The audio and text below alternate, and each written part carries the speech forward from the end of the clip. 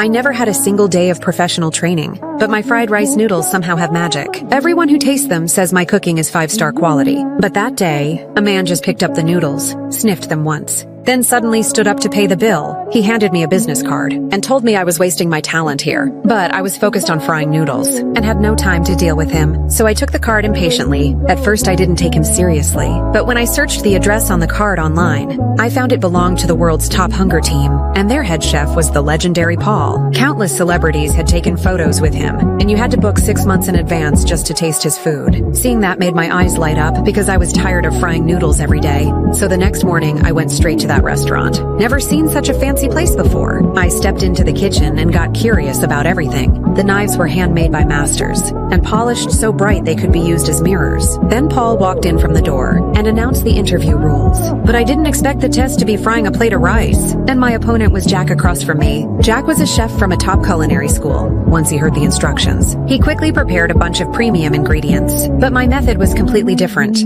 I chose a box of overnight rice and grabbed a few smelly eggs, then started tossing them non-stop in the wok. Jack used freshly steamed rice instead, added peas and carrots for color, and gently stir-fried the rice on low heat. Soon, 2 very different plates of rice were ready. But to everyone's surprise, Paul just sniffed my rice once and immediately declared Jack the loser. Hearing that Jack refused to accept it, so he stepped forward to question Paul, but got a loud slap in return. Turns out Jack had already lost when he picked his rice, because his fried rice clumped together, while mine stayed perfectly separated. Just as I was feeling proud, Paul suddenly came closer and sniffed my neck. As the smell of poverty spread around me, he told me to go change into clean clothes, but I still didn't realize being a top chef wasn't easy. Soon our team got a banquet assignment. Tomorrow I had to cook premium beef for a general. To help me adapt faster, the head chef personally demonstrated how to slice the meat, but that high-end ingredient tested knife skills to the limit. You had to slice the beef into 2mm thin pieces in one stroke. But what they didn't know was that after years of frying noodles, I didn't even know how to use a knife.